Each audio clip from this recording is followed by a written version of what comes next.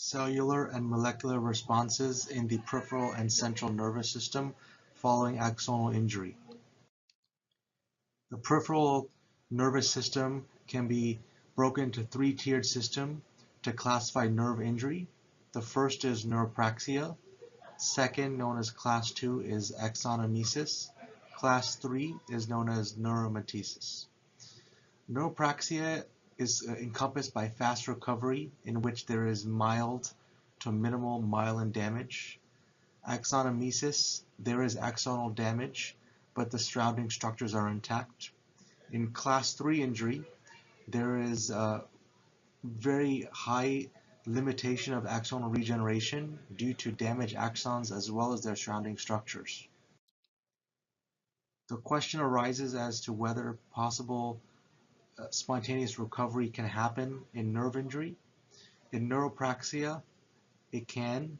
Axonomesis, it can. However, in grade 3 or neuromesis injury, spontaneous recovery is not possible and often requires surgical intervention. This chart compares on a grand scheme the differences in the peripheral and central nervous system in regards to peripheral nerve injury and repair. Highlights include the peripheral nervous system is encompassed of Schwann cells as opposed to the CNS, which is composed of astrocytes and oligodendrocytes. Active immunity differs among the PNS and CNS. In the peripheral nervous system, macrophages assist with the clearance of any debris or injured myelin. In the CNS, that is not the case. In the CNS, a dense glial scar can actually form and potentially inhibit further recovery, versus in the PNS, glial scar formation is not the most common. The question arises, how do we promote nerve regeneration and restoration? Ultimately, we want to promote nerve health. There are four main mechanisms. The first is prevent cellular death. The second is to promote budding or sprouting of new axons and neurons. The third is target-specific reinnervation techniques. And the fourth is make use of electrical stimulation and rehabilitation.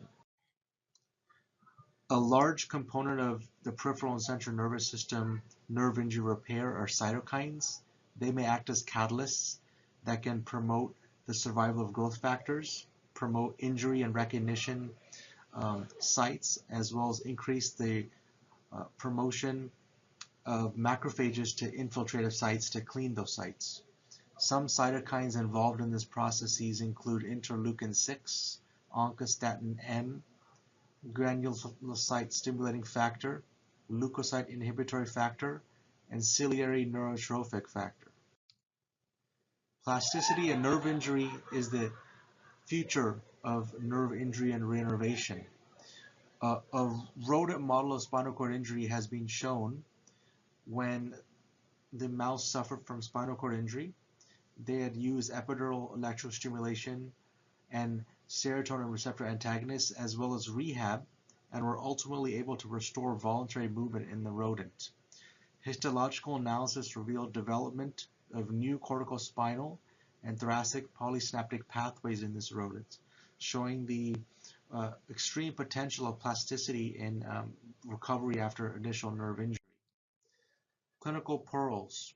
The three-tiered system for peripheral nerve injury classification is highly relevant as it allows us to understand a prognosis for nerve injury.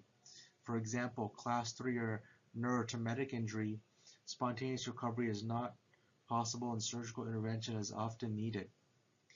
CNS oligodendrocytes often produce inhibitory molecules, which is not the case in the PNS, and that can impact the recruitment of macrophages. Plasticity is possible and can drive improved therapeutics for recovery and regeneration after nerve injury. The future of nerve injury relies largely on plasticity and us developing techniques by which we can make use of that plasticity in order to improve nerve injury repair times and ultimately regeneration of injured nerves. Thank you.